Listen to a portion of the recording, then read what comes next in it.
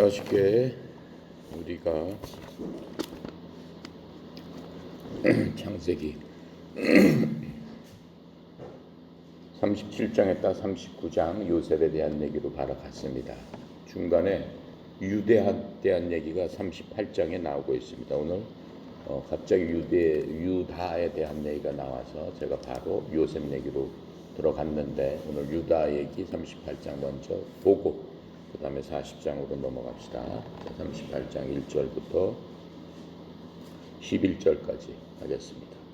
그 후에 유다가 자기 형제들로부터 떠나 내려가서 아람 둘사람 하라와 가까이 하니라. 유다가 거기서 가나안 사람 수아라 하는 자의 딸을 보고 그를 데리고 동침하니 그가 임신하여 아들을 낳음에 유다가 그의 이름을 엘이라 하니니, 그가 다시 임신하여 아들을 낳고 그의 이름을 오난이라 하고, 그가 또다시 아들을 낳고 그의 이름을 셀라라 하니라. 그가 셀라를 낳은 후에 유다는 거십에 있었더라. 유다가 장자엘을 위하여 아내를 데려오니 그의 이름은 다말이더라. 유다의 장자엘이 여호와 보시기에 악함으로 여호와께서 그를 죽이신지라. 유다가 운행하게 이르되 내 형수에게로 들어가서 남편의 아우된 본분을 행하여 내 형을 위하여 씨가 있게 하라. 오나니 그 씨가 자기의 것이 되지 않을 줄 알므로 형수에게 들어갔을 때 그의 형에게 씨를 주지 않으려고 땅에 설정하매, 그 일이 여호와가 보시기에 악함으로 여호와께서 그도 죽이시니라. 유다가 그의 며느리 다말에게 이르되 수절하고 내 아버지 집에 있어 내 아들 셀라가 장성하기를 기다리라 하니, 셀라도 그 형들같이 죽을까 염려함이라. 다말이 가서 그의 아버지 집에 있습니다. 갑자기 유다가 나옵니다. 유다는 야곱의 아들이죠. 야곱의 맨 처음에 아들이 누구죠? 유다가 루벤이죠. 장자가 루벤이에요. 장자가 루벤. 그 다음에 아들이 누구예요? 시므온. 그 다음에 유다. 그 다음에 레위. 누가 이렇게 난 거예요?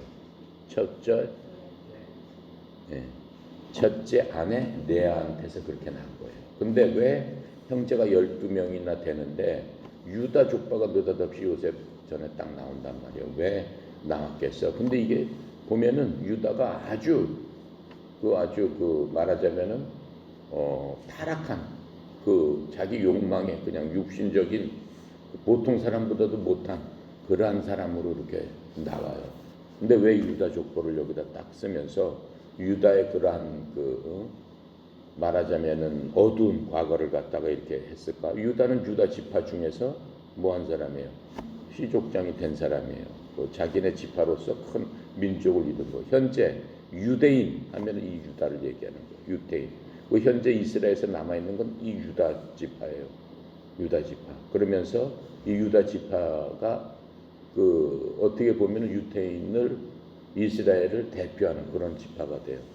그리고 이스라엘이 다윗도 누구의 지파 사람이에요? 유다 지파 사람이에요.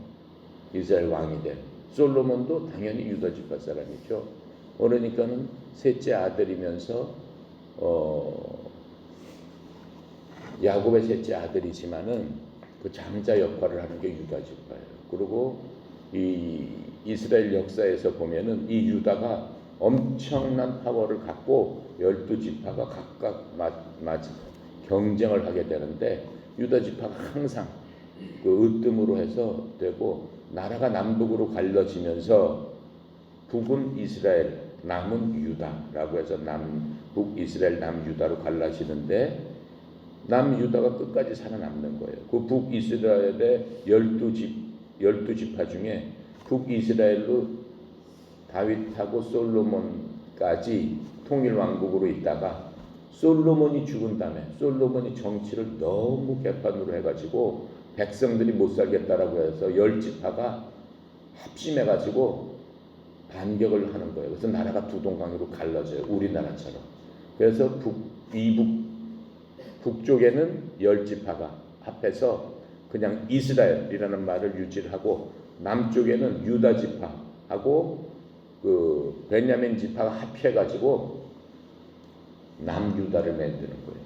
근데 북이스라엘은 10지파가 너무 악한 일을 하고 하나님을 안 믿어버려요. 그 다음에 그 막 신상 같은 거 사귀고 다른 종교 믿고 하다가 10지파가 완전히 망해버려요. 10지파가 먼저 망하고 예수님 오시기 780년쯤에 완전히 망해버리고 남유다는 예수님 오시기 587년에 망합니다. 그렇지만은 이 남유다 사람들이 끝까지 남아가지고 이 명맥을 유지해가는 그 과정을 볼 수 있습니다. 그래서 지금 이 유다에 대해서 지금 써 있는 거죠. 무엇보다도 중요한 건 뭐냐면 예수님이 이 유다 지파에서 오신다라고 하는 거예요. 예수님이 사람으로 해서 오시는데 그 족보가 있을 거 아니에요. 예수님이 유다 지파의 후손으로 오신다라고 하는 것들을 우리가 이제 성경에서 볼 수 있습니다. 자, 그런데 이 유다 지파에 대해서 이렇게 간단하게 이제 한 장을 할애해서 하나님께서 유다 지파가 이렇다라고 알라라고 하시는 거예요. 그러니까 예수님이 하나님이시고 거룩하신 분이고 성자시지만 성경은 절대로 그런 것들을 감추지 않아요. 좋은 것만 얘기를 하진 않아요. 인간의 가장 추악한 부분, 잘못된 부분까지도 적나라하게 그냥 성경은 말씀을 해주시고 있는 거예요. 그래서 성경을 우리가 믿을 수 있다라고 하는 거예요. 자, 여기서 보면은 유다하고 지금 요셉하고는 완전히 다른 사람이다라고 하는 것을 알려주고 있는 거예요. 요셉은 상당히 하나님 믿고 아버지 말씀 순종하면서 상당히 순전하게 믿음의 사람으로 이렇게 살다가 이제 종이 되는, 우리가 그런 과정까지 봤고, 종이 되면서도 그 환난 가운데서도 믿음을 지키고 오직 한 마음으로 하나님을 바라볼 적에 하나님께서 그 환난을 통해서 요셉을 만들어가는 과정이에요. 그것들을 우리가 볼 수 있어요. 예, 그렇게 볼 수 있고, 지금 이 유다는 자기 멋대로 하는 것들을 볼 수 있어요. 벌써 1절부터 보면은 자기 형제들로부터 떠나 내려가서 어디로 갔다고 그랬어요? 아담 굴 사람 히라와 가까이 하는지라. 이건 이방인들이에요. 가지 말라고 했는데 자기 혼자 그 12 형제 중에 떠나 내려가는 거야. 그러면 자기 혼자 멋대로 그 살고, 결혼도 하나님께서 그렇게 하지 말라고 그랬는데 가나안 사람들 니네끼리 하라고 했는데 하나님은 선택된 백성들하고 하라고 그랬는데 유다가 지 멋대로 하는 걸 볼 수 있어요. 가나안 사람 수아라고 하는 그 사람들하고 결혼을 해가지고 이제 아들을 셋을 낳는 것을 볼 수 있습니다. 첫 번째는 엘, 오난, 셀라 이렇게 셋을 낳고 낳는 것을 볼 수 있어요. 그런데 그때 지방의 풍습은 뭐냐면은 그 가문의 전통은 누가 이어가야 되냐면은 장자가 이어가야 되는 거예요. 왜냐면 장자가 씨가 없으면은 가문의 전통이 끊어져 버리는 거예요. 차남으로 이을 수가 없어요.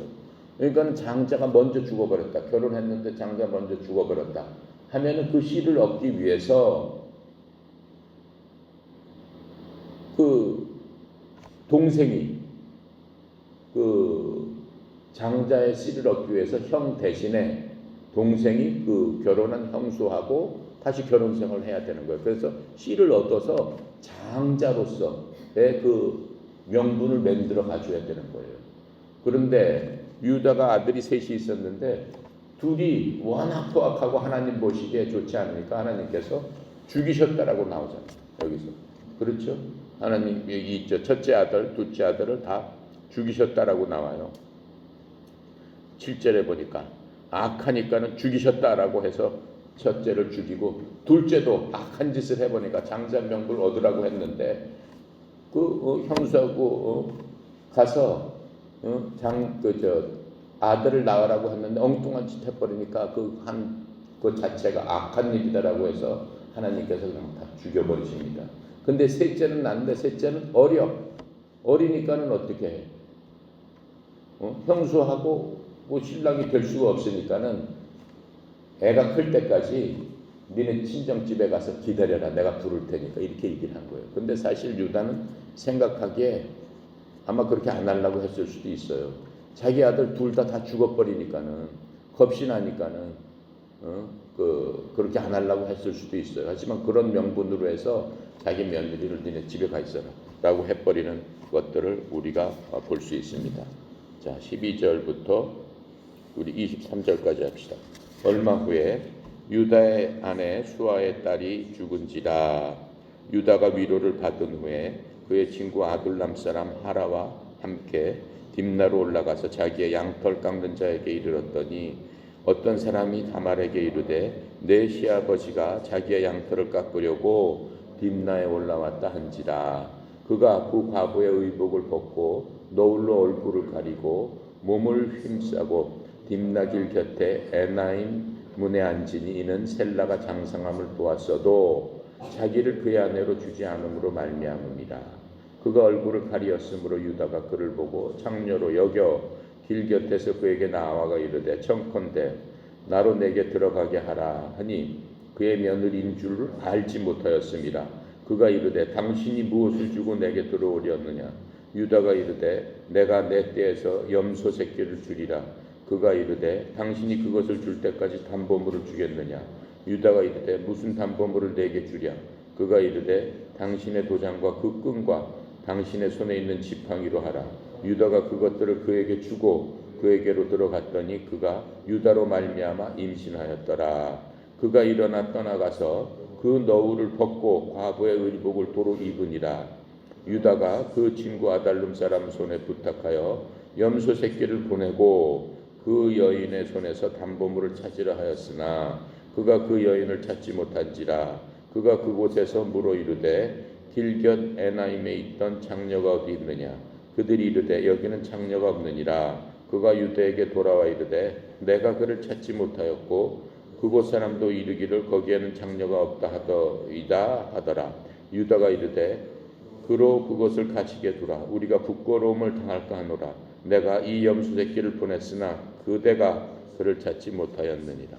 자, 이렇게 하면서 이제 며느리를 보냈어요. 그리고 십몇 년이 흘러서 막내 아들 엘이 이제 장성하게 됐어요. 걷는데도 며느리를 불러서 자기 그 결혼을 시키지 않는 거야. 그러니까는 곰곰이 생각하는 거예요. 이거 어떻게 쓰면 좋을까 하면서 이제 자기 시아버지가 양털을 깎으려 어느 지방으로 이제 딥나로 올라온다라고 하는 얘기를 듣고 자기가 장녀인 척 변장을 하고 시아버지를 속여서 시아버지하고 관계를 하는 그런 과정을 지금 얘기를 하고 있어요. 아주 악한 거지. 이게 엄청 악한 일이죠. 이 무슨 다말이 그리스도가 자기 족보에서 나올 줄 알고 이런 짓을 했겠어요? 아니에요. 무슨 어떻게 알아? 수백 년 후에 예수님이 나오시는 건데 말도 안 되는 거지. 그렇죠? 그런데 어쨌든 간에 그렇게 해서 그 아기를 낳게 되는 겁니다. 그러면서 이제 임신을 하게 됐어요.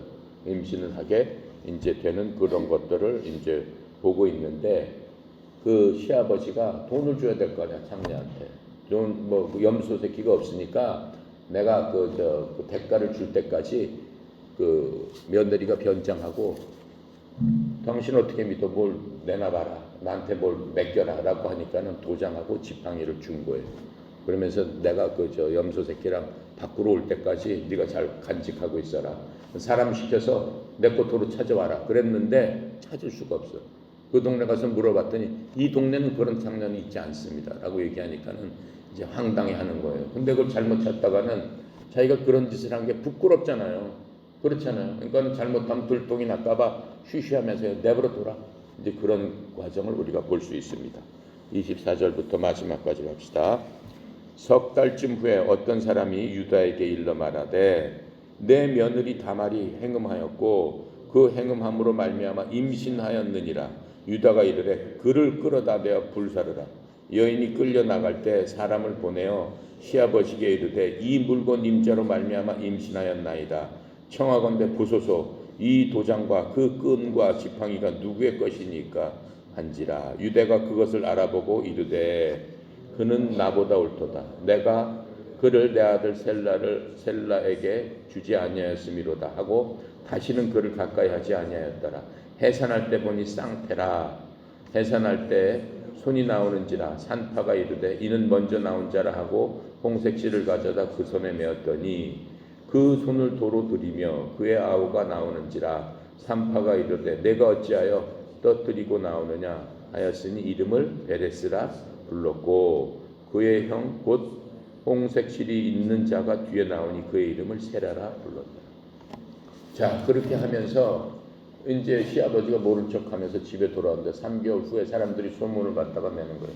야, 니네 며느리가 말이야, 임신을 했대. 남편도 어떻게 임신하냐? 그 못된 짓을 한 거 아니야? 그랬더니 이스라엘 법은 뭐예요? 그 당시에 율법은 남편 여자가 어떻게 간음을 하게 되면은 돌로 쳐서 끌어내서 죽이는 그런 법이란 말이에요. 그런데 이렇게 됐으니까는 어쨌든 간에 남편이 자기의 며느리였는데 그렇게 되니까는 그 율법에 따라 불살라서 죽여버려라 이렇게 얘기를 하는 거예요. 그렇죠? 그래서 끌려나가서 불살려 죽이는 순간에 다말이 어떻게 하는 거야? 그 제일 집안의 어른이 그랬으니까 제일 집안 어른한테 심판을 한 사람이 아버지잖아요. 유다잖아요. 유다한테 내가 갖고 있는 담보물을 보여주고 바로 이 사람 때문에 내가 임신을 했다라고 얘기해라. 그러니까 딱 보니까 자기 거예요. 깜짝 놀란 거지. 그렇죠? 깜짝 놀라면서 어떻게 자기가 잘못했다라는 걸 알지만은 그러니까는 살려줘라라고 얘기하는 거죠. 그러니까는 이거 누구 같은 사람이에요? 다윗 같은 사람. 다윗이 이런 짓을 했어요. 다윗이 무슨 짓을 했어요? 다윗은 엄청난 하나님께서 마음에 합당하고 하나님께서 엄청 사랑한 사람 중에 유대 사람 중에 하나가 다윗이에요.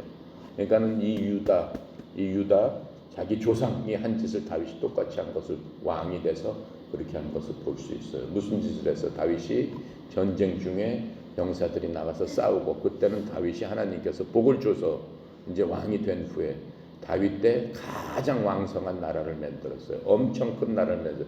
레바논 다 점령하고 시리아 다 점령하고 밑에 지금으로 보면은 그 사우디 아라비아 그쪽까지 가가지고 점령한 그 당시에요. 자, 그런데 그 다윗이 이제 막 호령을 하고 있을 그때인데 다윗이 군사들이 이제 막 가서 싸우는데 자기가 왕궁을 쫙 지어놓고 군사들한테 이제 보고만 하고 예전처럼 그런 성실함을 잊어버렸어요. 그러면서 왕궁 꼭대기에 베란다에 딱 올라가서 보니까 저 밑에 불빛이 있는데 어떤 여자가 목욕을 하고 있어. 그랬더니 야 정말 아름답구나. 그 여자에 대한 욕심이 생겼어. 그 여자가 누구냐? 그랬더니 지금 우리 우리야 장군, 유명한 우리야 장군의 아내 밧세바입니다라고 얘기하는 거야. 그랬더니 그 얘기를 듣고도 저 여인을 데리고 와라 해서 그 여자를 범해요. 그렇게 해서 그 여자가 어떻게 임신을 하게 돼. 임신을 하게 되니까는 이게 큰일 났잖아. 왕의 체면이 이게 말이 아니야. 잘못하면 이 여자도 간음죄를 졌으니까 돌에 맞아 죽든가 문제가 생기는 건 자기가 한 일이 발각나니까 어떻게 우리아를 전쟁 중에서 급히 데리고 와가지고 야 니네 넌 좀 쉬어라. 집에 가서 마누라도 하고 같이 놀고 가져가고 좀 쉬었다 가라. 그렇게 해가지고 이제 마누라랑 같이 있었다. 핑계를 대려고 했는데 우리아가 충직한 사람이니까 집을 안 들어가는 거야. 문 밖에서 그냥 노숙을 하는 거예요. 너 왜 집을 안 들어가고 그래? 그랬더니 아니 우리 병사들이 전방에서 싸우고 있는데 나 혼자만 어떻게 집에 와서 편하게 쉴 수 있습니까? 못합니다. 그렇게 얘기를 해. 그래 참 훌륭한 장수다 하면서 우리한테 사령관한테 보내는 편지를 써서 줄 테니까 사령관한테 가져가라. 그래가지고 우리아가 다시 전방으로 가서 자기 상관한테 왕의 편지입니다 하면서 왕의 편지를 줘요. 왕의 편지에 뭐라고 썼냐면 다윗이 우리아를 최전방에다 놓고 나가서 싸우고 모든 병사들이 최전방에서 졸주에 뒤로 후퇴하고 우리아만 남겨라 이렇게 얘기를 해요. 그러니까 왕 명령대로 그대로 하니까 당연히 우리아는 어떻게 되겠어? 적군한테 죽어버립니다. 그렇게 해서 우리아를 죽여버리고 어떻게 되는 거야? 밧세바를 차지하는 겁니다. 밧세바를 차지하는데 어느 날 선지자 나단이 딱 왕궁에 딱 들어와서 왕이시여라고 물어봤더니 왜 그러냐 그랬더니 우리 백성 중에 이런 일을 당했습니다. 무슨 일이냐? 양 하나가 있는 사람이 있고 양이 많은 것을 갖고 있는 그러한 사람이 있는데 양 하나 있는 사람한테 많은 사람이 와가지고 억압해가지고 양을 뺏어가지고 양을 갖다가 뺏어갔습니다. 이걸 어떻게 처리해야 되겠습니까? 다윗이 얘기를 해요. 아주 악한 놈이구나. 그 놈을 잡아 죽여라라고 얘기해요. 그러니까 나단이 얼굴색을 어떻게 딱 변하면서 그게 바로 당시입니다. 왕이십니다. 딱 얘기를 하는 거예요. 그랬더니 다윗이 어떻게? 다윗이 나단을 쳐 죽이겠어요? 아니요. 다윗은 하나님의 사람이니까 어떻게 하는 거야? 자기가 간음죄를 저질렀지, 살인죄도 저질렀지. 그렇게 한 것을 갖다가 그 자리에서 엎드려서 거꾸로 져가지고 하나님 앞에 기도하는 거, 회개하는 거, 통회하는 거, 밥을 안 먹고 하나님 앞에 잘못했습니다. 이렇게 얘기를 해요. 하나님 살려주세요 라고 얘기하는데 네가 보응을 받을 것이다 라고 얘기를 해요. 그 보응을 받는 게 뭐야? 맨 처음에 너를 죽일 것이다 라고 얘기했는데 하나님께 죽이지 않아요. 밧세바에서부터 난 애를 하나님께서 죽이세요. 죽이시고 어떻게 되는 거예요? 솔로몬이 왕이 되게 해요. 밧세바에서 난 두 번째 아들. 이제 그거는 간음으로 해서 난 아들이 아니지. 정확하게 결혼하고 해서 난 아들. 두 번째 아들이 솔로몬이에요. 그 사람이 다윗의 왕을 잇게 되는 거예요. 하나님께서 용서해 주시고 회복을 시켜요. 하지만 우리가 성경에서 보듯이 잘못한 것에 대해서는 반드시 보응을 받게 되는 거예요. 다른 쪽에서 난 아들이 반역을 해서 다윗을 죽이려고 해요. 자기가 사랑하는 아들, 그 솔로몬 말고 제일 큰 아들이 다윗을 죽이기 위해서 누구요? 압살롬이에요. 그렇죠. 나보다 훨씬 더 잘하세요. 여기는 압살롬이 반역을 일으켜서 자기 아버지를 죽이겠다고 하면서 쫓아다니면서 자기 아버지를, 그래서 다윗이 맨발로 밤중에 도망가고 해서 막 저거요. 근데 압살롬이 어떻게 돼? 아버지 쫓아다니다가 막 말 타고 가다가 나무에 목이 걸려서 대롱대롱해서 죽어요.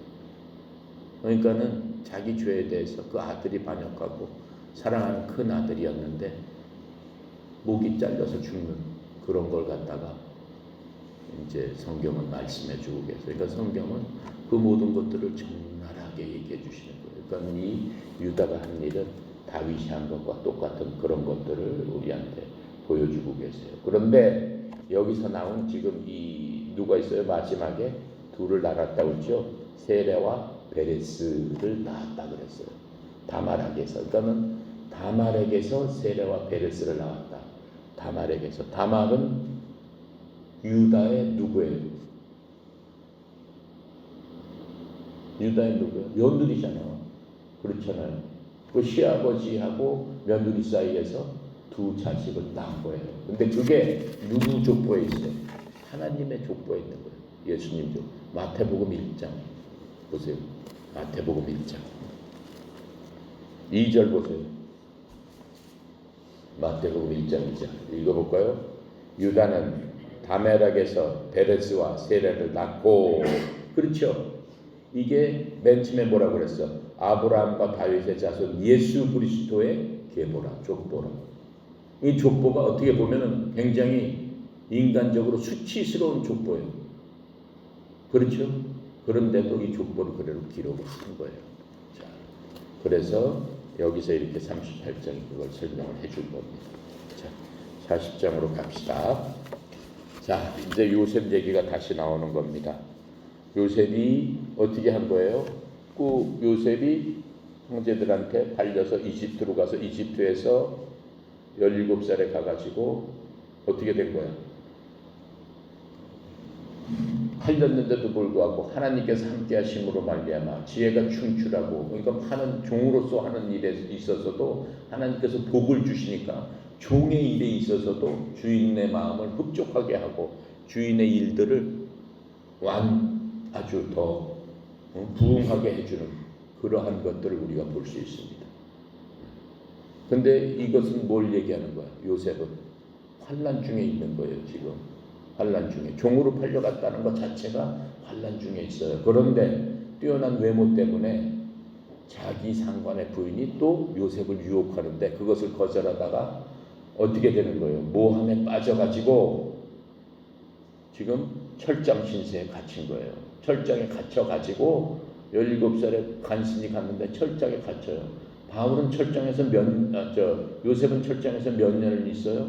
13년 동안 철장 생활하게 됩니다. 30살 때까지 철장에 갇히는 그런 것들을 우리가 보고 있어요. 이것을 우리가 왜 보고 있어야 돼요? 하나님께서 왜 요셉을 갖다 이렇게 만드셨어요? 하나님께서 왜 이렇게 힘들고 환난 가운데 요셉을 있게 하고 환난 가운데서 요셉을 지나게 했을까요? 그것은 요셉을 구출하고 요셉을 통해서 예수님의 세계를 보려고 하는 하나님의 큰 멀리 있는 하나님의 그 플랜 가운데 요셉이 있는 거예요.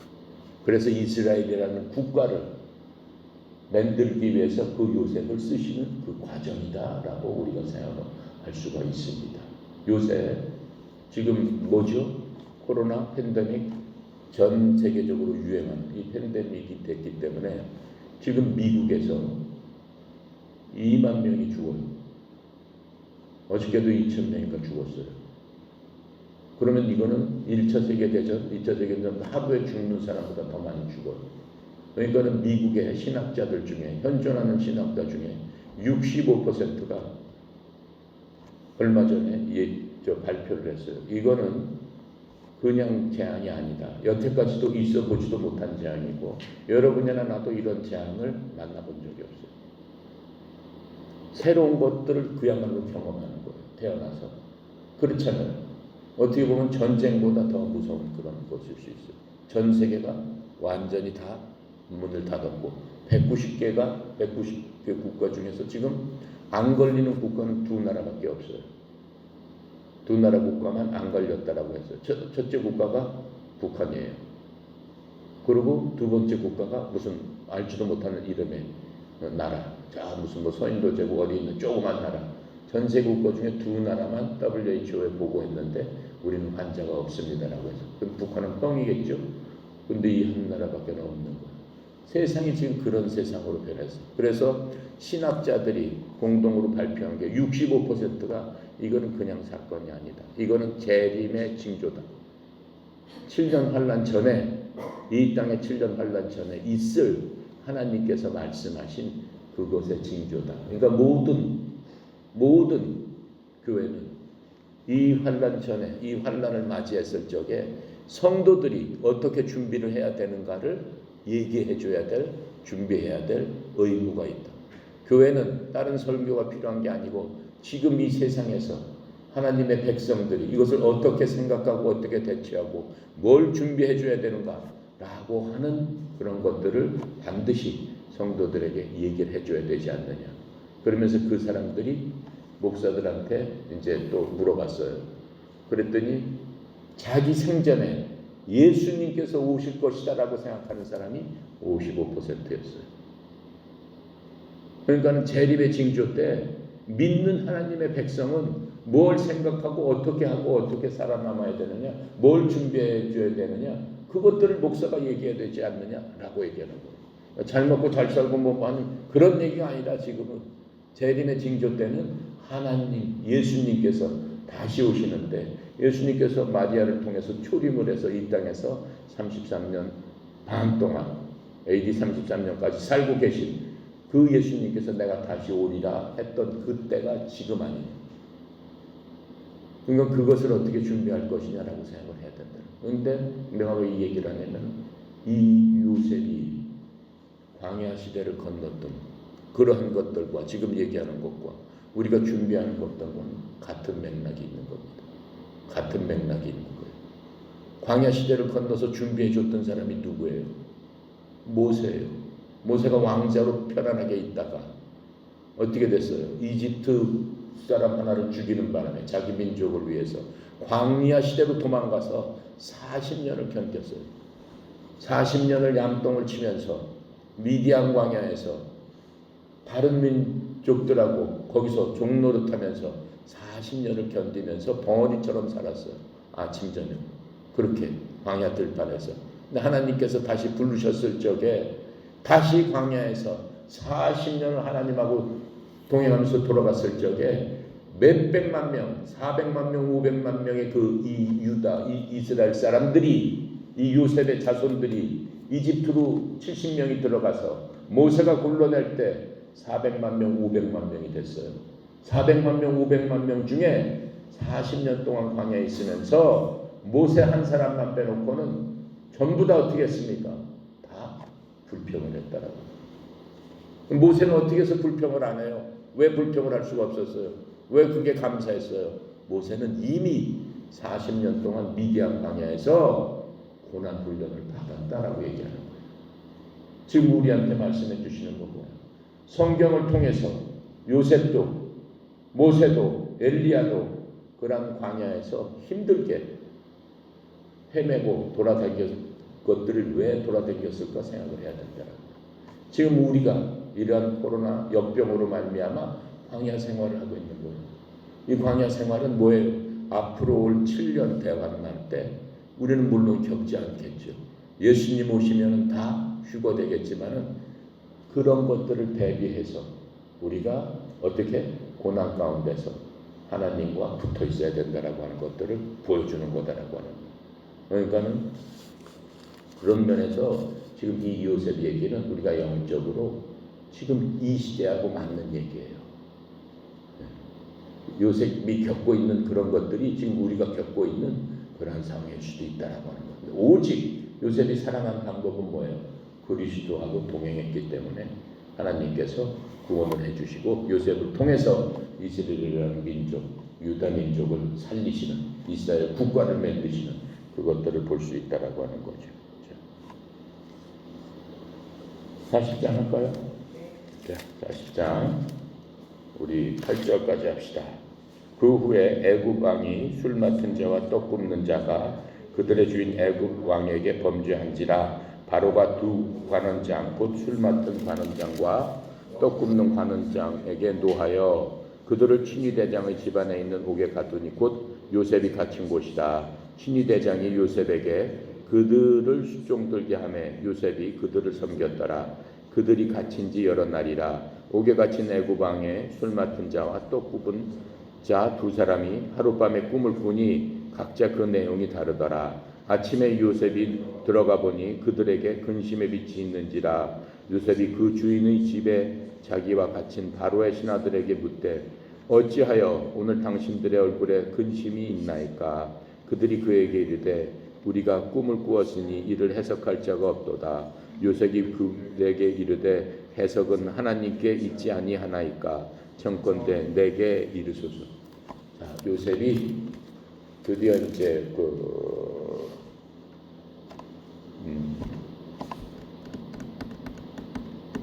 뭐죠? 감옥에, 그렇죠? 감옥에 갇혀 있는데 그 감옥은 특수한 감옥이라고 그랬어요. 일반인들이 갇히는 감옥이 아니고 말하자면 고위 관리들, 이제 이런 사람들을 잡아놓는 그런 감옥에 가서 이제 간수장 밑에서 감옥 생활을 하는데 거기서도 하나님께서 함께 하시니까는 이 감옥에 있는 죄인이면서도 그런 사람들한테 신임을 얻게 된 거예요. 그렇게 신임을 얻게 됐는데 이제 하루는 23절 9절에 보면은 모험사의 여호와께서 요셉을 어떻게 하셨다고 그랬어요? 형통하게 하셨더라. 이 감옥 가운데서도 모든 일을 하나님께서 형통하게 해주셨다라고 이제 말씀을 하고 계시는데 요셉이 이제 그 관원장 중에서 술 맡은 사람하고 떡 맡은 사람이 잡혀 들어왔어요. 잡혀 들어와 가지고 이제 하는데 요셉이 하는 일은 뭐야? 죄인들을 돌보는 또 죄인이야. 그런 일을 맡아서 하는 거예요. 근데 그 사람들 얼굴이 어느 날 보니까는 아주 어두침침해. 그래서 근심의 빛이 있어. 그러니까 요셉이 얘기하는 거야. 왜 그러느냐 그랬더니 그 관원장들이 뭐라 그래? 내가 꿈을 꾸었는데 진짜 이 꿈이 심상치 않다. 그랬더니 요셉이 무슨 얘기를 해요? 그 꿈을 내가 해석해 주겠다라고 얘기해요. 근데 요셉이 겸손한 사람이니까 하나님 앞에 은혜를 입고 하나님 안에 그리스도 안에 말하자면 지금 성령 안에 있는 그런 사람이니까 뭐라고 얘기를 해? 해석은 하나님께 있지 아니하니까 이렇게 얘기를 해요. 내가 해석해 이렇게 얘기를 안 하는 거야. 내가 해석하는 게 아니라고. 요셉이 끝까지 겸손함을 그 안에서도 보여주고 있습니다. 그러면서 이제 겸손에 대해서 하나님께서 어떻게 하는 거야? 끝까지 요셉을 훈련시키는 거예요. 자기가 뭐 해서 자기가 어떻게 하고 내가 어떻게 하고 절대 그렇게 한 적이 감옥에서 한 번도 없어요. 하나님께서 나를 통해서 하나님께서 나에게 지혜를 주셔서 하나님께서 이렇게 하셨습니다 라고 하는 것들을 우리가 볼 수 있습니다. 자, 9절부터 14절까지 합시다. 술 맡은 관원장이 그의 꿈을 요셉에게 말하여 이르되 내가 꿈을 꾸어 보니 내 앞에 포도나무가 있는데 그 나무에 세 가지가 있고 싹이 나서 꽃이 피고 포도송이가 익었고 내 손에 바로의 잔이 있기로 내가 포도주를 따서 그 즙을 바로의 잔에 짜서 그 잔을 바로의 손에 드렸노라. 요셉이 그에게 이르되 그 해석은 이러하니 세 가지는 사흘이라. 지금부터 사흘 안에 바로가 당신의 머리를 들고 당신의 전직을 회복시키리니 당신이 그 전에 술 맡은 자가 되었을 때 하였던 것 같이 바로의 잔을 그의 손에 드리게 되리리다. 자, 그러면서 14절 당신이 잘 되시거든 나를 생각하고 내게 은혜를 베풀어서 내 사정을 바로에게 아뢰어 이 집에서 나를 건져주셔요. 이렇게 얘기해요. 그런데 이제 술 맡은 사람이 예전에는 술 맡은 사람이 엄청 중요해요. 우리나라에도 영화 보면은 왕 중에 수락궁에 있는 사람들 뭐 어떤 사람들이 엄청 중요한 거. 왕을 죽일 적에 그 독약 같은 거 먹는 데 풀어가지고 왕을 독살하고 하는 경우 우리나라 역사에도 그런 게 있었어요. 그러니까는 꼭 먹는 거를 갖다가 은 같은 걸 갖고 항상 왕이 먹기 전에 집어넣잖아요. 은색이 변하면 독이 있다는 거. 아니면은 먼저 먹어봐라 이렇게 해서 먹이잖아요. 그러니까는 이 술도 마찬가지. 떡도 음식도 마찬가지인 거예요. 그러니까 이 옛날에 무슨 떡이 있겠어요. 떡으로 해서 그런 거지. 이집트 사람이 무슨 떡을 먹겠어. 빵 같은 거 뭐 그런 걸 먹겠지. 근데 그런 음식에다 독을 타니까 이 사람들이 끔찍 잘못하면은 왕의 측근 중에 측근이 이런 것들을 맡아 사는 거예요. 근데 이제 둘 다 잘못하면 목이 그냥 바로 달아나는 거지. 왕의 생명과 관계되는 사람들이니까. 자, 그렇게 하는데 이제 그 술 맡은 관원장부터 얘기를 하는 거예요. 그랬더니 그 꿈을 다 듣고 하나님께서 그 꿈을 해석해 주신 거잖아요. 아까 뭐라고 그랬어요? 자기가 하는 게 아니라고 그랬잖아요.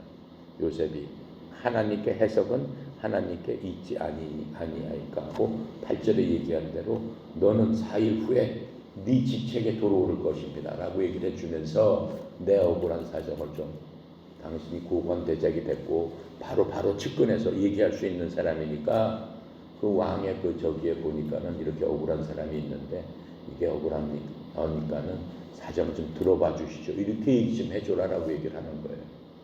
자, 그렇게 했고, 자, 우리 15절부터 마지막 절까지 합시다. 나는 히브리 땅에서 끌려온 자여 여기도 옥에 갇힐 일을 행하지 아니하였나이다. 떡 굽는 강원장이 그 해석이 좋은 것을 보고 요셉에게 이르되 나도 꿈에 보니 흰떡 세 광주리가 내 머리에 있고 떡 광주리에 바로를 위하여 만든 각종 구운 음식이 있는데 새들이 내 머리의 광주리에서 그것을 먹더라. 요셉이 대답하여 이르되 그 해석은 이러하니 새 광주는 사흘이라. 지금부터 사흘 안에 바로가 당신의 머리를 들고 당신을 나무에 달리니 새들이 당신의 고기를 뜯어먹으리이다 하더니 제3일에 바로의 생일이라. 바로가 그의 모든 신하를 위하여 잔치를 베풀 때 술 맡은 관원장과 떡 맡은 관원장에게 그의 신하들 중에 머리를 들게 하니라. 바로의 술 맡은 관원장은 전직을 회복하며 그가 잔을 바로의 손에 받들어 드렸고 떡 맡은 관원장은 매달리니 요셉이 그들에게 해석한과 같이 되었으나 술 맡은 관원장은 요셉을 기억하지 못하고 그를 잊었더라. 그러니까는 이제 떡 맡은 관원장도 요셉이 해석하는 거고 저도 이런 꿈을 꿨으니까 나도 좀 해석을 해주게 그랬더니 요셉이 당신은 사흘 만에 죽고 새들이 와서 당신 시체를 쪼아먹는 그러한 꿈입니다. 사흘이 돼가지고 왕 앞에서 두 사람 나갔는데 요셉이 얘기한 대로 이 두 사람은 그대로 어떻게 되는 거예요? 한 사람은 살아나고 한 사람은 죽었어요. 근데 요셉이 술 맡은 관원장에게 부탁을 했잖아요. 당신 살아나서 그 포지션이 되면은 왕한테 내 억울한 사정 좀 얘기해 주세요. 그랬더니 어떻게 얘기해요, 안 해요? 얘기 안 해요. 그냥 잊어버린 거야. 자기가 그냥 좋은 걸로. 자, 41장 합시다. 만 2년 후에 1장부터 8절까지 합시다. 만 2년 후에 바로가 꿈을 꾼즉 자기가 나일 강가에 서 있는데 보니 아름답고 살찐 7 암소가 강가에서 올라와 갈밭에서 뜯어먹고 그 뒤에 흉하고 파리한 다른 7 암소가 나일 강가에서 올라와 그 소와 함께 나일 강가에 서 있더니 그 흉하고 파리한 소가 그 아름답고 살찐 7 소를 먹은지라 바로가 곧 깨었다가 다시 잠이 들어 꿈을 꾸니 한 줄기에 무성하고 충실한 7 이삭이 나오고 그 후에 또 가늘고 동풍에 마른 7 이삭이 나오더니 그 가는 7 이삭이 무성하고 충실한 7 이삭을 삼킨지라 바로가 깬즉 꿈이라. 아침에 그의 마음이 번민하여 사람을 보내어 애굽의 점술가와 현인들을 모두 불러 그에게 그의 꿈을 말하였으나 그것을 바로에게 해석하는 자가 없었다. 이제 그렇게 감옥에서 잊혀져 갔어요. 그런데 감옥에 있다가 이제 만 2년 후에 2년이 지났어. 바로가 이제 이번에는 꿈을 꿔. 왕이 꿈을 꿔가지고 왕이 얘기를 하는 거예요. 왕이 내가 꿈을 꿨는데 이런 일이 있고 지금 이 얘기한 것처럼 이 살찐 7소, 그 다음에 마른 7소 이게 나와서 둘이서 이렇게 마른 7소가 다 뜯어먹고 이삭도 풍성한 것들과 7개 또 마른 이삭이 있는데 마른 이삭이 다 삼켜버렸대. 도대체 이게 무슨 꿈이냐? 이 꿈을 해석할 사람을 애굽에는 그 신상을 섬기잖아요. 애굽에는. 그래서 애굽에는 다 바알신을 섬겨가지고 애굽은 그 곡창지대예요. 그러니까 애굽에서 양을 친다든가 목축업을 하면 아주 천민이야. 그건 아주 천한 사람들이 하는 거고 애굽의 주로 하는 산업은 농사꾼들이 으뜸인 거예요. 곡창지대이기 때문에 1년에 2모작, 3모작을 할 수 있는 대단한 평야가 있고 옥토밭이 있어요. 나일강이 있기 때문에. 그래서 농사하는 사람들이 부자가 많고 그 사람들이 사회적인 계급도 높은 거예요. 그런데 이제 이런 꿈을 꾸니까는 바로가 마음에 근심이 생긴 거예요. 그래서 애굽에 있는 바알신을 섬기는 그 점술가들 다 모아놓고 얘기를 했는데 그 꿈을 해석하는 사람이 없게 된 거예요. 자, 9절부터 우리 24절까지 갑시다. 술 맡은 관원장이 바로에게 말하여 이르되 내가 오늘 내 죄를 기억하나이다. 바로께서 종들에게 놓아사 나와 떡 굽는 관원장을 친위 대장의 집에 가두셨을 때 나와 그가 하룻밤에 꾼 꿈 즉 각기 뜻이 있는 꿈이라. 그곳에 친위 대장의 종된 히브리 청년이 우리와 함께 있기로 우리가 그에게 말하매 그가 우리의 꿈을 풀되 그 꿈대로 각 사람이 해석하더니 그 해석된 대로 나는 복축되고 그는 매달렸나이다. 자, 그렇게 하면서 어떻게 하는 거야? 그때 이제 생각이 난 거예요. 술 맡은 관원장이 이제 왕이 난리 났거든. 이걸 아무것도 해석할 사람이 없느냐 난리 나니까 그때 바로 기억을 한 거예요. 근데 그때 내가 죽을 뻔하다가 살아나가지고 그때 죄 지었을 적에 제가 그 감방에 있을 적에 한 청년 종이죠. 히브리 민족이니까 천하게 생각한 거예요. 히브리 민족을. 그 종이 하나 있었는데 걔가 꿈을 정말 잘 맞췄는데 그 꿈대로 이렇게 다 됐습니다. 자, 그러면서 14절부터 24절까지 이에 바로가 사람을 보내어 요셉을 부르매 그들이 급히 그를 옥에서 내놓은지라. 요셉이 곧 수염을 깎고 그의 옷을 갈아입고 바로에게 들어가니 바로가 요셉에게 이르되 내가 한 꿈을 꾸었으나 그것을 해석할 자가 없더니 들은즉 너는 꿈을 들으면 능히 푼다 하더라. 요셉이 바로에게 대답하여 이르되 내가 아니라 하나님께서 바로에게 편안한 대답을 하시리이다. 바로가 요셉에게 이르되 내가 꿈을 나일 강가에 서서 보니 살찌고 아름다운 7 암소가 나일 강가에 올라와 갈밭에서 뜯어먹고 그 뒤에 또 약하고 심히 흉하고 파리한 7 암소가 올라오니 그같이 흉한 것들은 애굽 땅에서 내가 아직 보지 못한 것이라. 이 파리하고 흉한 소가 처음에 7 살찐 소를 먹었으며 먹었으나 먹은 듯 하지 아니하고 여전히 흉하더라. 내가 곧 깨었다가 다시 꿈에 보니 한 줄기에 무성하고 충실한 7 이상이 나오고 그 후에 또 가늘고 동풍이 마른 7 이삭이 나더니 그 가는 이삭이 좋은 7 이삭을 삼키더라. 내가 그 꿈을 점술가에 말하였으나 그것을 내게 풀이해 주는 자가 없느니라. 이제 요셉을 갖다 빨리 가서 데리고 오라고 했어요. 그러니까 요셉이 감방에서 이제 처음 나온 거예요. 처음 나와가지고 바로 이제 왕 앞에 간 거예요. 요셉이 맨 처음에는 그 술 먹던 관원에게 내 억울함을 좀 해서 바로 앞에 서서 제가 좀 얘기하게 해주세요. 그랬는데 잊어버렸잖아요. 잊어버리니까는 어떻게 되는 거예요? 바로가 꿈을 꾸게 한 거예요. 바로가 꿈을 꾸게 하니까 그때 이제 술 먹던 관원이 그때서 이제 그랬었지 참 하면서 이제 모든 사람이 꿈 해석을 못하니까 그 청년을 소개하고 왕이 데리고 와라. 그래서 왕 앞에 갔더니 왕이 다시 한번 자기가 꾼 꿈을 얘기해 주는 거예요. 7마리 뭐 7 이상 하면서 이렇게 얘기를 해 주는. 그랬더니 이 요셉이 뭐라고 해요? 네가 꿈을 잘 해석한다네. 나한테 꿈을 얘기를 해봐라. 그랬더니 요셉이 또 관원장한테 얘기했듯이 자기 겸손한 대로 얘기를 하는 거예요. 그러니까 요셉은 몸에 겸손이 배 있는 사람이에요. 그러면서 굉장히 정직한 사람이죠. 꿈을 해석해라 그랬더니 요셉이 내가 아니라 내가 해석하는 게 아닙니다. 왕이죠. 하나님께서 왕에게 편안한 대답을 하실 겁니다. 편안한 대답이 뭐예요? 사실대로 대답을 해 주실 겁니다. 라고 얘기를 하는 거예요. 자, 25절부터 36절까지 합시다. 요셉이 바로에게 아뢰되 바로의 꿈은 하나라. 하나님이 그가 하실 일을 바로에게 보이심이니이다. 7 좋은 남소는 7회요 7 좋은 이삭도 7회니 그 꿈이 하나라.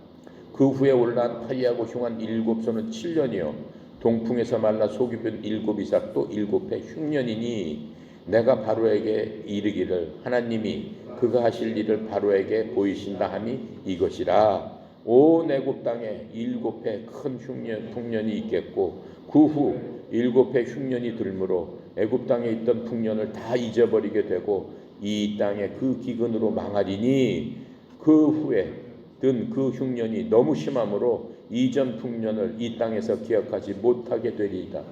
바로께서 꿈을 2번 겹쳐 꾸신 것은 하나님이 이 일을 정하셨습니다. 하나님이 속히 행하시리니 이제 바로께서는 명철하고 지혜 있는 사람을 택하여 애굽 땅을 다스리게 하시고 바로께서는 또 이같이 행하사 나라 안에 감독관들을 두어 그 7회 풍년에 애굽 땅 5분의 1을 거두되 그들로 장차올 풍년에 모든 곡물을 거두고 그 곡물을 바로의 손에 돌려 양식을 위하여 각 성읍에 쌓아두게 하소서. 이와 같이 그 곡물을 이 땅에 저장하여 애굽 땅에 임할 7회 흉년에 대비하시면 땅이 이 흉년으로 말미암아 망하지 않아. 요셉이 그 얘기를 듣고 하나님의 영께서 요셉에게 바로 임하셔서 요셉에게 바로 꿈 해석을 그냥 거침없이 하게 해주는 겁니다. 거침하게 해주니까는 바로가 어떻게 됐겠어? 감동이 되지 않았겠어요? 왕의 그 신하들 또 이집트의 그 점술가들이 얼마나 많은데 그 사람은 하나도 못했는데 바로가 그냥 요셉이 그냥 명확하게 해주면서 이게 하나님께서 당신한테 꿈으로 보여주신 겁니다. 2번이나 보여주신 겁니다라고 하면서 어떻게 얘기하는 거야? 2번이나 겹쳐 꾼 것은 32절에 하나님을 이 일을 정하셨습니다. 하나님이 어떻게 하시리라? 속히 행하실 겁니다. 그러니까 세금으로 5분의 1을 받아서 각 지역에다 그걸 전부 다 쌓아놓고 그것을 7년을 예비해서 왕은 예비하십시오라고 하면서 전략까지 딱 알려주는 거예요. 대단한 거 아니에요? 그렇죠. 대단하잖아요. 그러니까 하나님께서 바로에게 요셉에게 이렇게 저걸 해주시는 거야. 지혜를 주신 거예요. 지혜를 주시니까는 그 왕이 마음속에 감동이 된 거야. 정말로 그 꿈이 합당하고 내가 이렇게 해야 되겠구나라고 하나님께서 전부 다 하나하나씩 그 사람 마음 또 요새 또 그 무슨 맡던 관원장 모든 게 하나님의 계획 안에서 다 안 믿는 사람이죠. 하나님은 안 믿는 사람이에요. 요셉만 빼고 안 믿는 사람이지만 그 사람들을 쓰셔가지고 하나님의 계획을 지금 준비하시고 이루시는 과정을 우리가 볼 수 있습니다. 자, 37절부터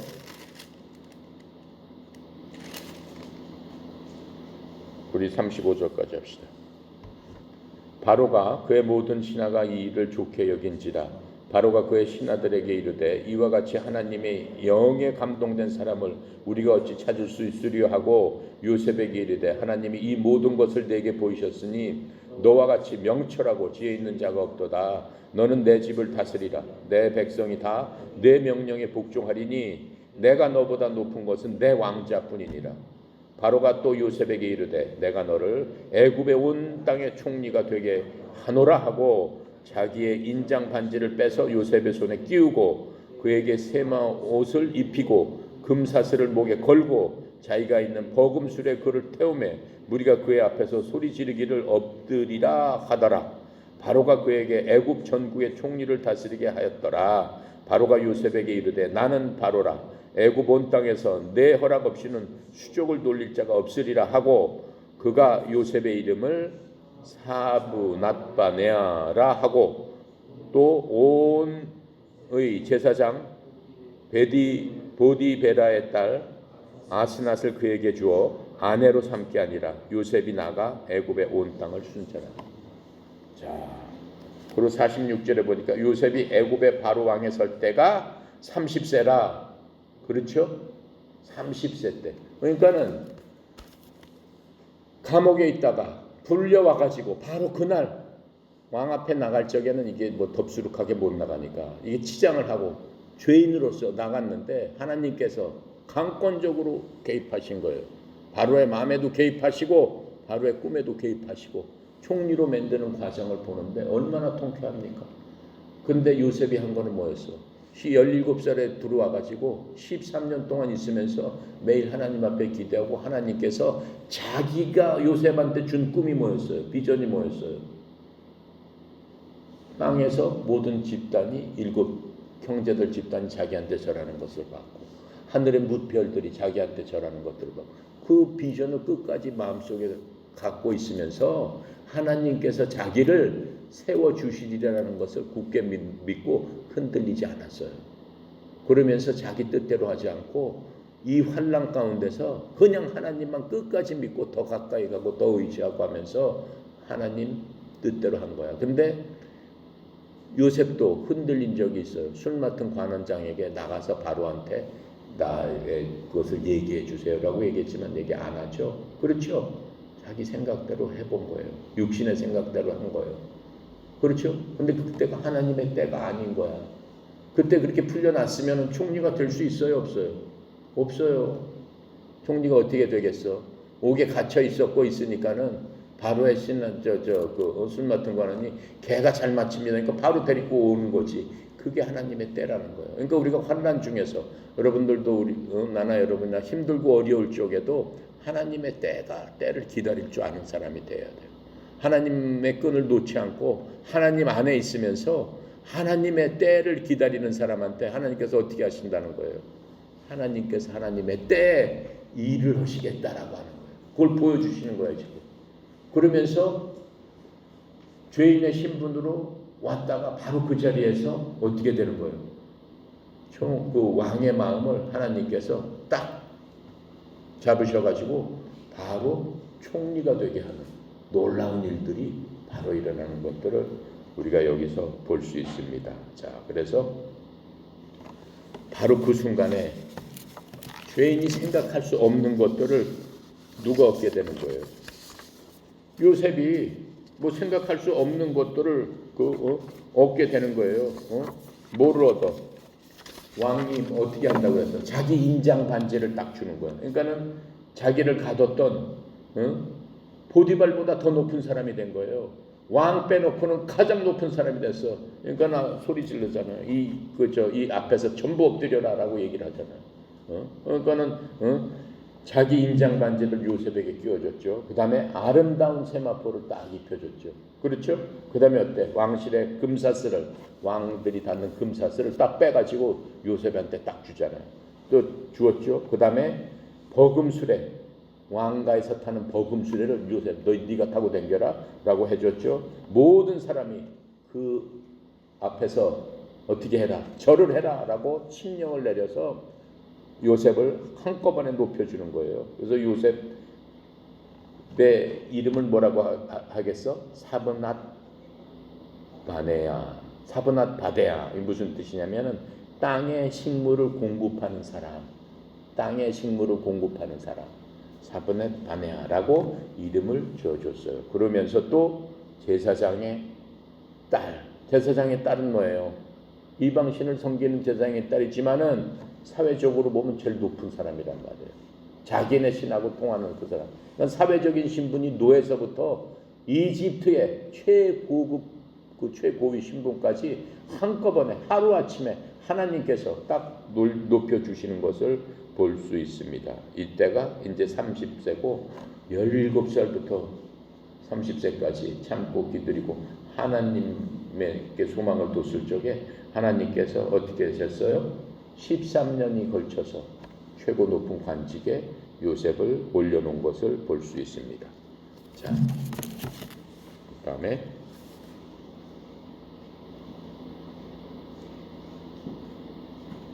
어디까지 했어요? 네? 37절부터죠? 46절. 요셉이 애굽 왕 바로 앞에 설 때가 30세라. 그가 바로 앞을 떠나 애굽 온 땅을 순찰하니 7해 풍년에 토지 소출이 심히 많은지라. 요셉이 애굽 땅에 있는 그 7년 공물을 거두어 각 성에 저장하되 각 성읍 주위의 밭의 공물을 그 성읍 중에 쌓아둔 곡식이 바다 모래같이 심이 많아 세기를 그쳤으니 그 수가 한이 없음이더라. 흉년이 들기 전에 요셉의 두 아들이 나베 곧 온의 제사장 보디베라의 딸 아스낫이 그에게 낳은 자라.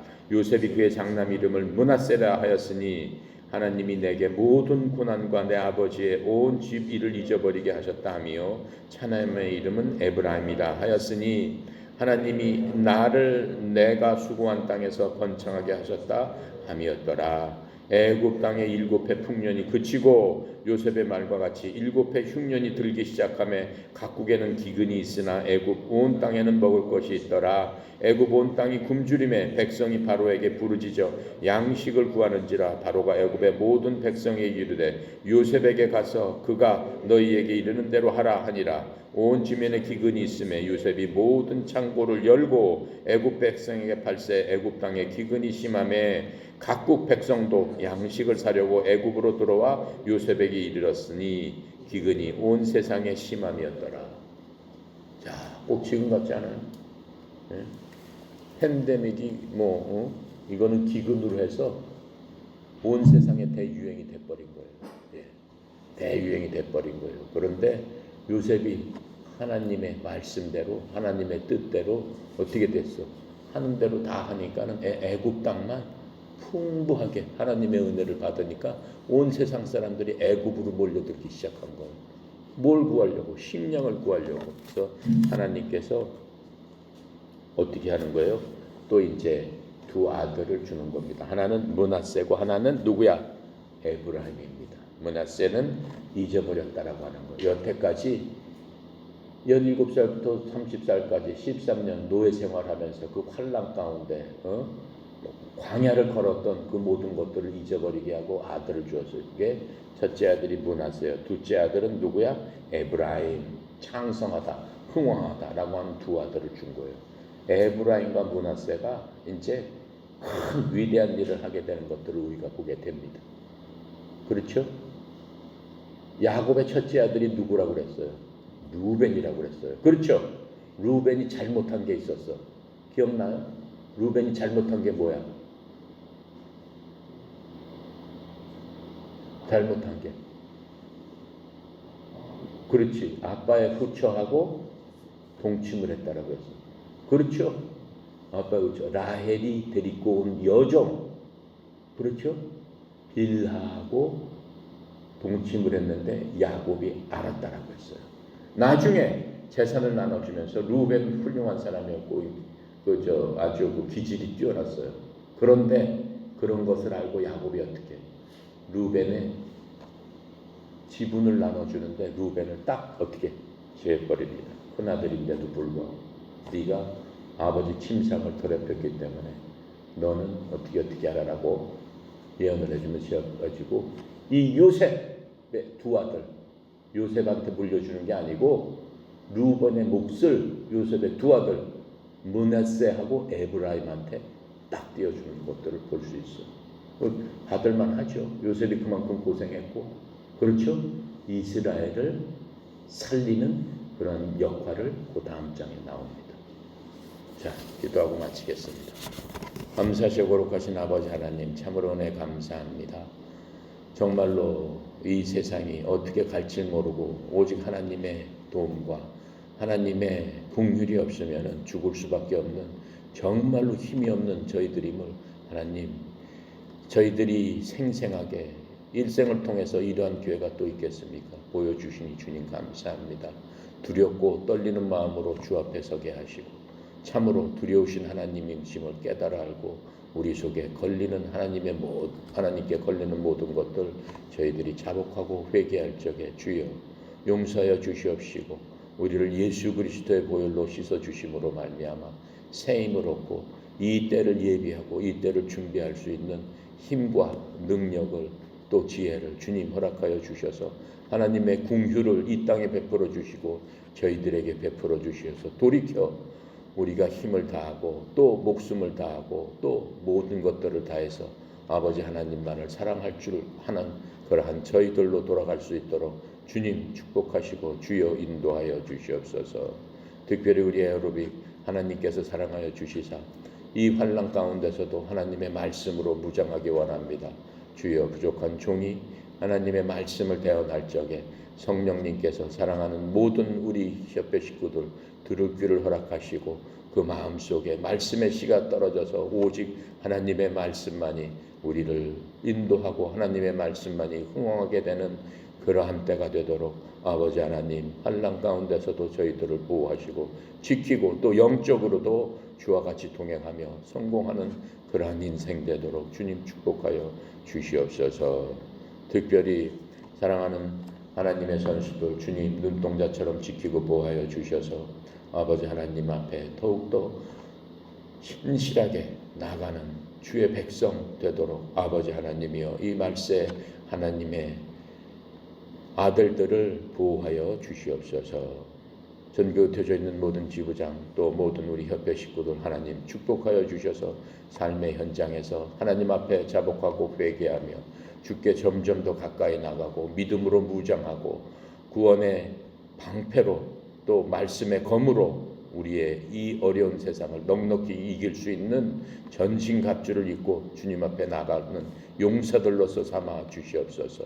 특별히 협회가 이 어려운 과정에서도 인터넷을 통해서 새로운 프로그램으로 단합된 마음으로 하나님을 찬양하기 원합니다. 주여 새로운 프로그램 위에 하나님께서 요셉에게 복을 주시듯이 저희들에게도 복 내려 주셔서 에어로빅하는 사람들이 한마음 한뜻이 돼서 성공하는 그러한 저희들 되도록 주여 도와주시옵소서.